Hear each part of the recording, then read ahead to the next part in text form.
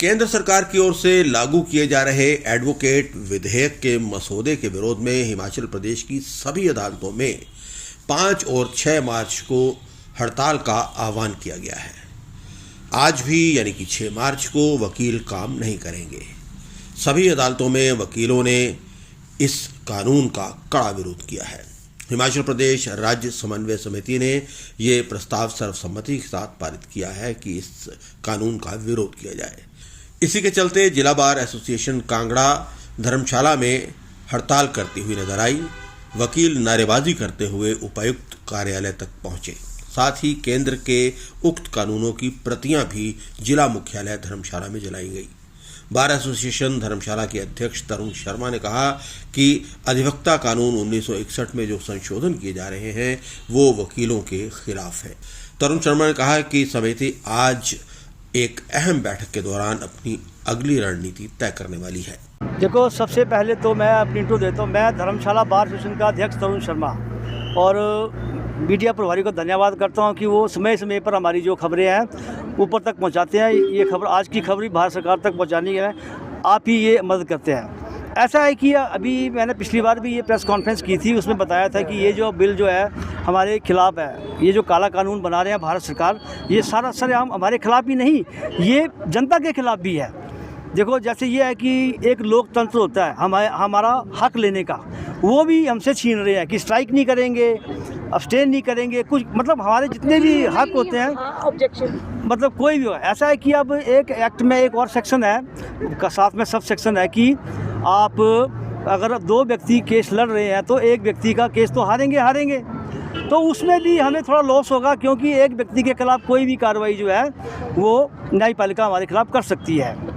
Legal penalty और एक और जिसमें एक लीगल पेनल्टी रखी हुई है 3 लाख और सज़ा का प्रावधान भी डाला गया है। और एक जो विदेश से जो फॉरेन लॉयर्स जो हैं वो यहाँ आके डायरेक्ट जो है यहाँ पे आके केस प्रैक्टिस कर सकते हैं और केस लड़ सकते हैं। तरुण जी, केंद्रीय मंत्री जेपी नड्डा और अनुराग ठाकुर से मिलने की बात जो है कही गई थी। देखो, ऐसा है कि कल ज्वाइंट एक्शन कमेटी जो है फिलहाल अभी अनुराग ठाकुर से मिली हुई थी और उन्होंने हमें पूरा आश्वासन दिया है कि मैं जैसे ही कल दिल्ली जाऊंगा तो मैं लॉ मिनिस्टर से मिलकर सबसे पहले आपकी बात रखूंगा।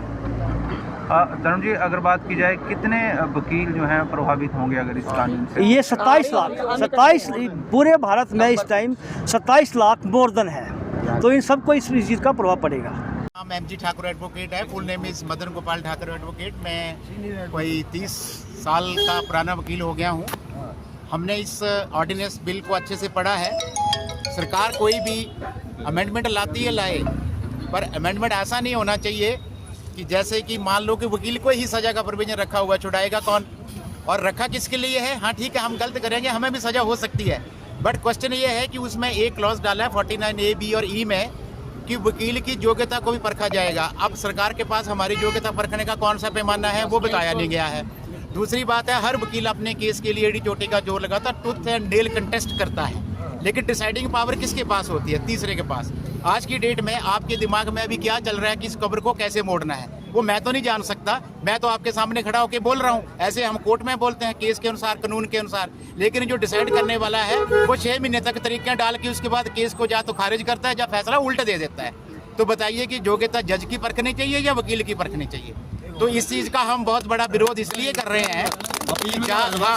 और दूसरी बात यह है कि कानून का एक भी पहलू जो है वो पूर्ण नहीं है, क्योंकि अगर ऐसा है तो देश के अंदर सिर्फ एक अदालत होनी चाहिए, फिर वकील की योग्यता भी परखिए, जज की योग्यता भी परखिए। जब पहली कोर्ट होती है, फिर एपेलेट कोर्ट होती है, फिर हाई कोर्ट होता है, फिर सुप्रीम कोर्ट होता है। ये 4 पीढ़ियाँ क्यों बनाई हुई हैं? क्योंकि 4 पीढ़ियों की समझ जो है वो एक आदमी में नहीं हो सकती है, इसीलिए A से लेके D तक 4 पीढ़ियाँ बनाई जाती हैं और उन्हीं कानूनों को हम नीचे वाली कोर्ट में कोड करते हैं, साइड करते हैं कि माननीय हाई कोर्ट और सुप्रीम कोर्ट ने ये डिसाइड किया है। अब इस कानून को अगर लागू कर देंगे तो high court, supreme court, first appellate court की कोई जिम्मेवारी नहीं है। पहला जज डिसाइड करेगा, जो कि 2 से 3 साल पुराना होता है।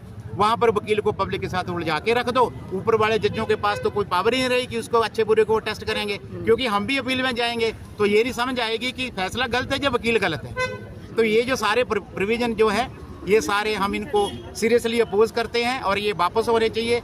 और इसी तरीके से हमारे भारतवर्ष में पूरी तरह से ये आंदोलन चल रहा है, ये कामयाब पक्का होगा और आप लोगों का इसमें जो है बहुत बड़ा योगदान रहेगा।